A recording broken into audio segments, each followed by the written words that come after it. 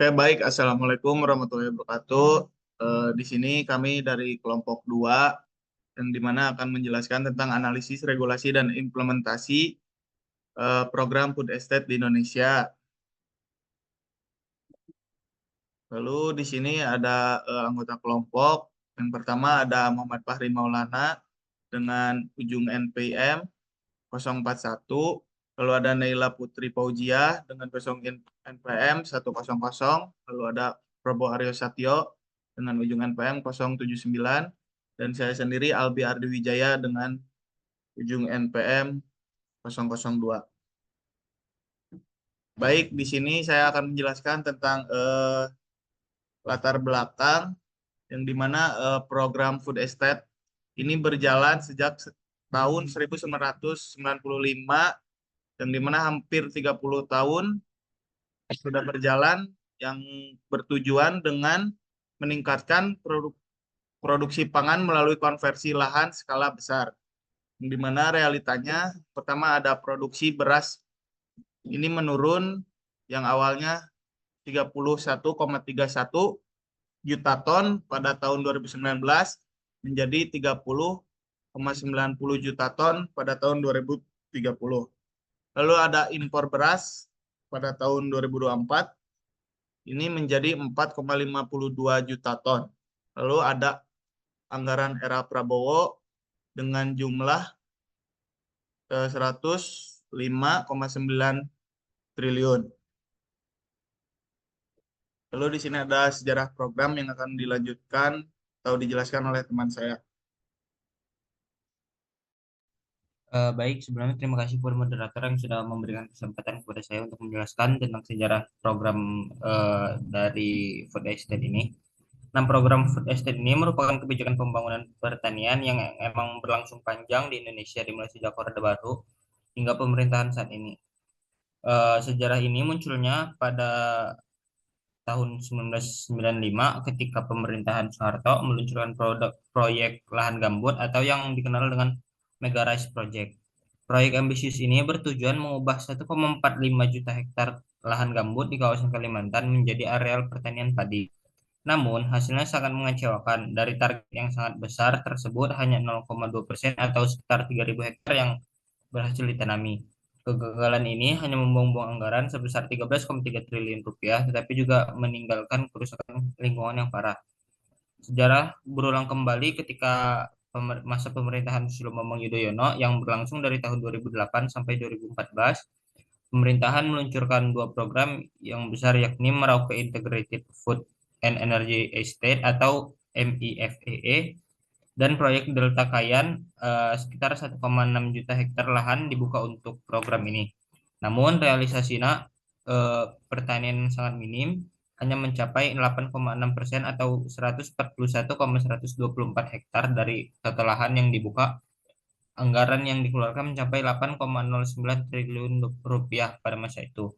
Kemudian berulang lagi di era pemerintahan Jokowi dari tahun 2015 sampai 2024 melanjutkan program serupa dengan nama Food Estate yang emang di eh, yang emang eh, yang emang ditetapkan sebagai proyek strategis nasional atau PSN. Sekitar 1,24 juta hektar lahan dibuka, namun realisasinya pertanian bahkan lebih buruk dari era sebelumnya. Hanya 2,4%, yaitu 30.482 hektar. Data ini menunjukkan tren yang semakin menurun dalam efektivitas implementasi program. Kemudian memasuki era Prabowo atau pemerintahan sekarang, program serupa diluncurkan kembali dengan nama Komandan Satuan Tugas Pengendalian Pangan atau disingkat KSPP. Target yang ditetapkan sangat ambisius, yakni membuka 3 juta lahan baru dengan anggaran indikatif mencapai 105,9 triliun rupiah untuk periode 2025 sampai 2029. Target produksinya adalah menanam 4 juta hektar lahan dan menghasilkan 20 juta ton gabah kering giling yang setara dengan 10 juta ton beras hingga tahun 2029. Dari sisi dasar hukum, program ini memiliki landasan regulasi yang cukup kuat. Regulasi utama adalah Peraturan Perpres Nomor 12 Tahun 2029 tentang Perencanaan Pembangunan Jangka Menengah Nasional 2025 sampai 2029. Boleh dilanjut?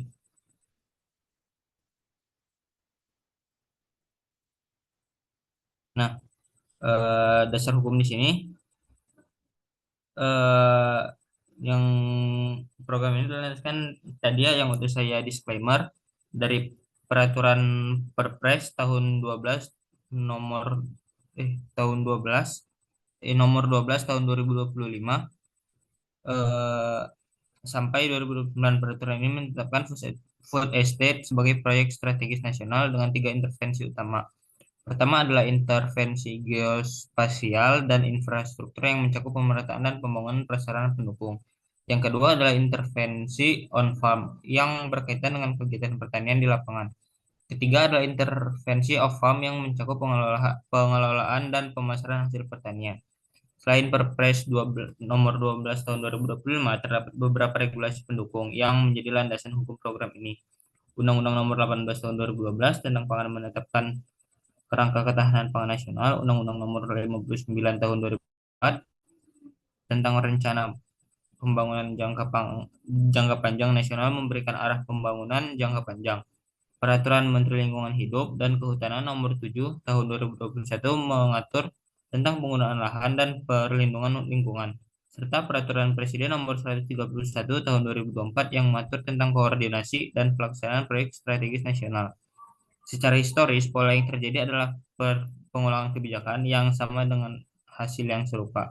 Setiap pergantian pemerintahan cenderung meluncurkan program serupa dengan nama yang berbeda, target yang semakin besar dan anggaran yang semakin meningkat.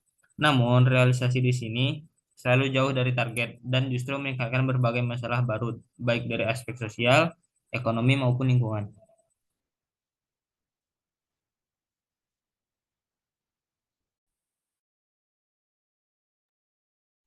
Baik, untuk selanjutnya di sini ada studi kasus di Kalimantan Tengah.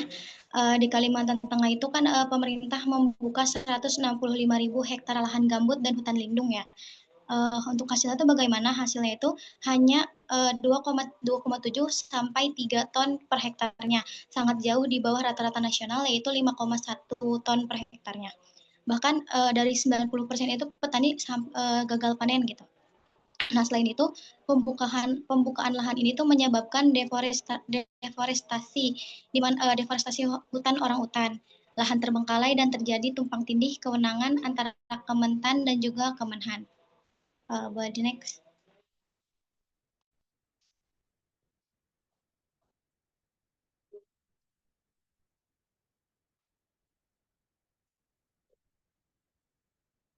Yang kedua, di sini ada studi kasus dari Merauke, Papua, di mana di Merauke ini 2 juta hektar hutan itu hutan hujan dibuka.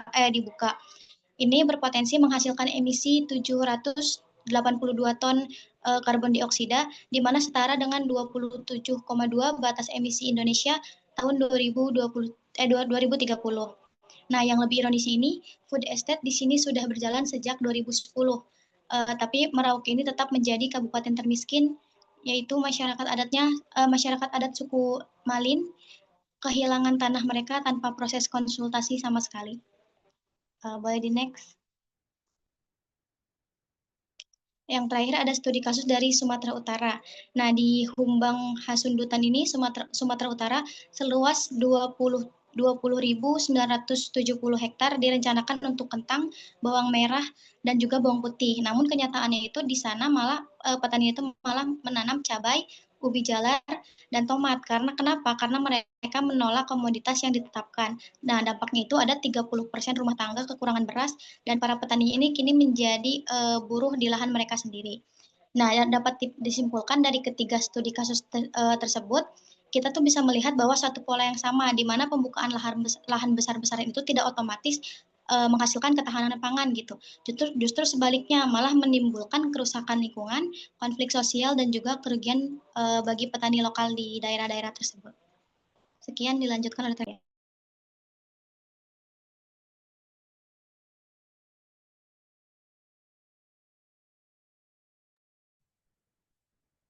Ya, baik, selanjutnya permasalahan utama dari program food estate.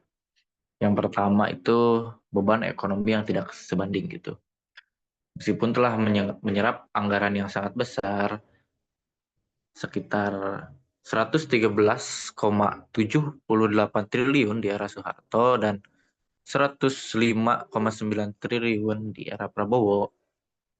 Luas lahan yang benar-benar produktif itu sangat kecil dan bahkan eh,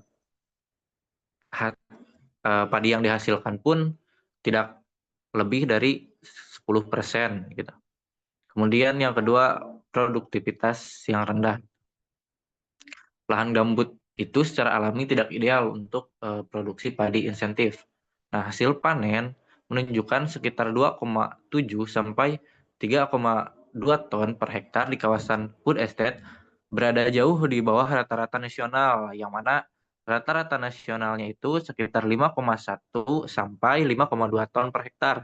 Nah, apalagi dibandingkan dengan potensi optimalnya yaitu 6 sampai 10 ton per hektar. Nah, produktivitas yang rendah ini tidak terlepas dari karakteristik lahan gambut yang sangat asam, kandungan unsur hara yang rendah, dan drainase yang buruk. Kemudian selanjutnya ada dampak sosial gitu, yaitu adanya konflik dan marginalisasi petani, khususnya di daerah Toba di Sumatera Utara itu petani kehilangan akses lahan dan konflik agraria terjadi. Kemudian yang keempat, dampak lingkungan yang berkepanjangan gitu. Total 3,65 juta hektar lahan gambut dan hutan telah dibuka sejak era Soeharto sampai era Prabowo. Konversi ekosistem ini mempercepat deforestasi, meningkatkan emisi GRK, dan memperburuk banjir dan kebakaran. Kemudian yang terakhir, lemahnya koordinasi kelembagaan, yaitu adanya tumpang tindih kewenangan antara Kementerian Pertahanan, Kementerian Pertanian, dan Bappenas yang mencerminkan koordinasi yang tidak harmonis. Selanjutnya,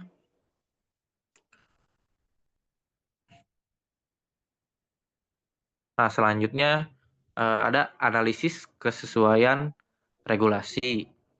Nah, jadi kami itu mengambil 5 aspek regulasi yang diantaranya ketahanan pangan yang menurut UU nomor 18 tahun 2012, kemudian target produksi dari Perpres nomor 12 tahun 2025, kemudian perlindungan lingkungan, partisipasi masyarakat, dan koordinasi kelembagaan. Yang pertama, aspek regulasi dari ketahanan pangan. Nah, statusnya itu tidak sesuai. Mengapa? Karena produksi yang dihasilkan itu menurun dan ketergantungan impor tinggi pada saat itu. Kemudian yang kedua, target produksi.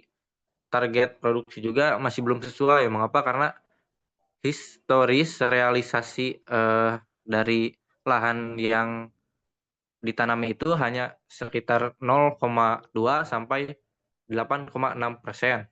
Kemudian perlindungan lingkungan tidak sesuai karena deforestasi hutan lindung dan emisi tinggi. Kemudian yang keempat, partisipasi masyarakat juga tidak sesuai karena adanya konflik agraria dan tidak ada konsultasi dari perencanaan food estate ini. Kemudian yang terakhir, koordinasi kelembagaan juga belum sesuai karena adanya tumpang tindih antara Kementerian Pertahanan, Kementerian Pertanian, dan Bappenas. Selanjutnya,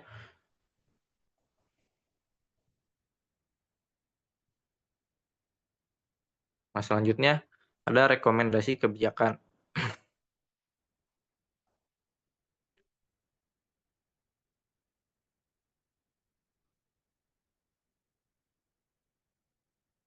Oke, rekomendasi kebijakan yang pertama, beralih ke intensifikasi. Stop membuka lahan baru dan fokus pada lahan exciting gitu. Maksudnya fokus kepada lahan yang sudah ada dan lebih dioptimalkan lagi.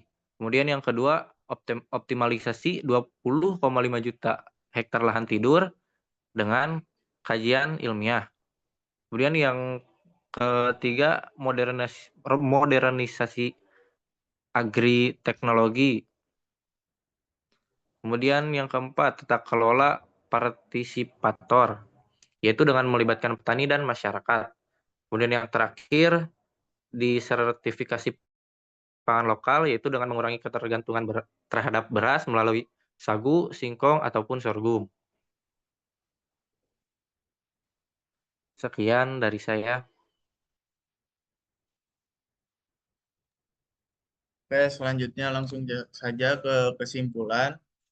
Eh, di sini program food estate harus segera beralih dari pendekatan ekstensifikasi lahan ke intensifikasi pertanian berkelanjutan dengan mengoptimalkan 7,4 juta hektar padi existing dan 20,5 juta hektar lahan tidur melalui varietas unggul.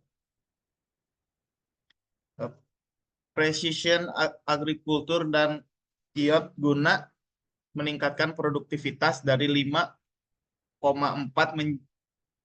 menjadi 7 ton per hektar yang berpotensi menghasilkan tambahan 11,84 juta ton padi disertai tata kelola partisipatoris yang mewajibkan konsultasi bebas dan sadar awal atau FPIC dengan petani serta masyarakat adat. Penguatan koperasi dan BUMDes sebagai pengelola utama menggantikan perusahaan besar serta diversifikasi pangan lokal non-beras seperti sagu, singkong, dan sorghum untuk mengurangi ketergantungan impor. Sehingga ketahanan pangan nasional tercapai tanpa mengorbankan lingkungan dan kesejahteraan petani. Oke, baik, sekian. Terima kasih. Mungkin cukup sekian yang bisa saya sampaikan dan untuk kami sampaikan. Mohon maaf bila ada kesalahan. Assalamualaikum warahmatullahi wabarakatuh. Waalaikumsalam warahmatullahi wabarakatuh. Stop recording langsung ya teh. Aduh.